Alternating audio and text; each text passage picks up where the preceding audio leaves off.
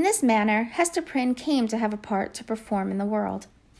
With her native energy of character and rare capacity, it could not entirely cast her off, although it had set a mark upon her, more intolerable to a woman's heart than that in which branded upon the brow of Cain. In all her intercourse with society, however, there was nothing that made her feel as if she belonged to it. Every gesture, every word, and even the silence of those with whom she came in contact implied and often expressed that she was banished, and as much alone as if she inhabited another sphere or communicated with the common nature by other organs and senses than the rest of humankind. She stood apart from mortal interests, yet close beside them, like a ghost that revisits the familiar fireside and can no longer make itself seen or felt. No more smile with the household joy, nor mourn with the kindred sorrow, or, should it succeed in manifesting its forbidden sympathy, awakening only terror and horrible repugnance. These emotions, in fact, and its bitterest scorn besides, seemed to be the sole portion that she retained in the universal heart. It was not an age of delicacy, and her position, although she understood it well, and was in little danger of forgetting it, was often brought before her vivid self-perception, like a new anguish by the rudest touch upon the tenderest spot.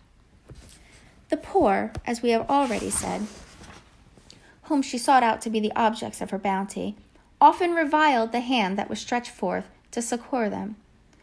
Dames of elevated rank likewise, whose doors she entered in the way of her occupation, were accustomed to distill drops of bitterness into her heart. Sometimes through that alchemy of quiet malice by which women can concoct a subtle poison from ordinary trifles, and sometimes also by a coarser expression that fell upon the sufferer's defenseless breast like a rough blow upon the ulcerated wound. Hester had schooled herself long and well, and she never responded to these attacks, save by a flush of crimson that rose irrepressibly over her pale cheek, and again subsided into the depths of her bosom. She was patient, a martyr indeed, but she forbore to pray for enemies, lest, in spite of her forgiving aspirations, the words of the blessing should stubbornly twist themselves into a curse. Continually, and in 1,000 other ways, did she feel the innumerable throbs of anguish that had been so cunningly contrived for her by the undying, the ever-active sentence of the Puritan tribunal. Clergymen paused in the streets to address words of exhortation that brought a crowd with its mingled grin and frown around the poor, sinful woman.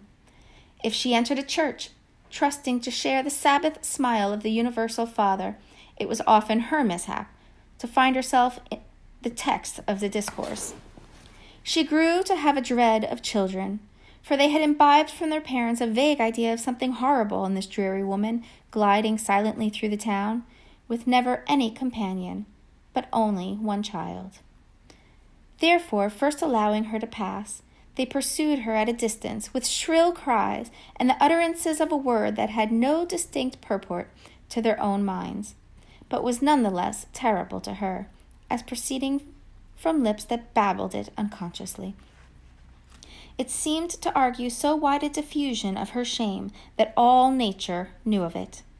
It could have caused her no deeper pang had the leaves of the trees whispered the dark story among themselves, had the summer breeze murmured about it, had the wintry blast shrieked it aloud. Another peculiar torture was felt in the gaze of a new eye.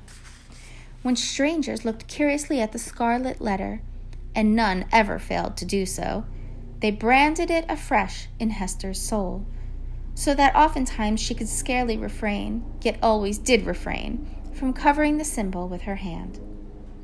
But then again, an unaccustomed eye had likewise its own anguish to inflict. Its cool stare of familiarity was intolerable. From first to last, in short, Hester Prynne had always this dreadful agony in feeling a human eye upon the token. The spot never grew callous.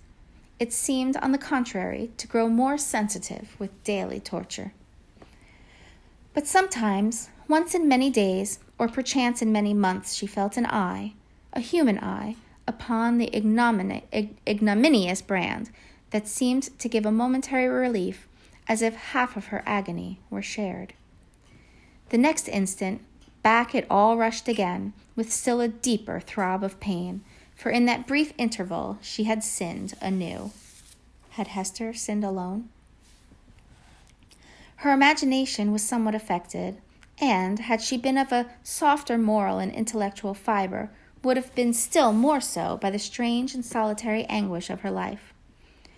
Walking to and fro with those lonely footsteps in the little world with which she was outwardly connected, it now and then appeared to Hester, if altogether fancy, it was nevertheless too potent to be resisted.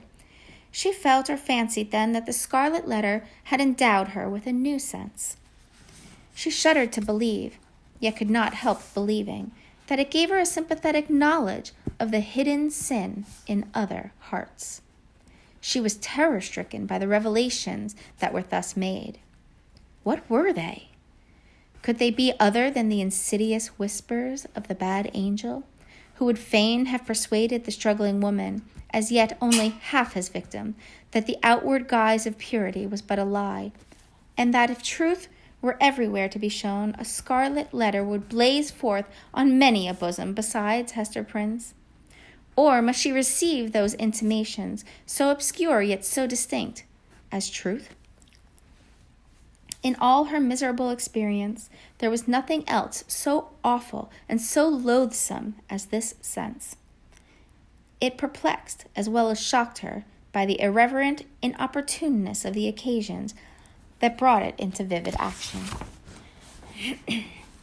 Sometimes the red infamy upon her breast would give a sympathetic throb as she passed near a venerable minister or magistrate, the model of piety and justice, to whom that age of antique reverence looked up, as to a mortal man in fellowship with angels.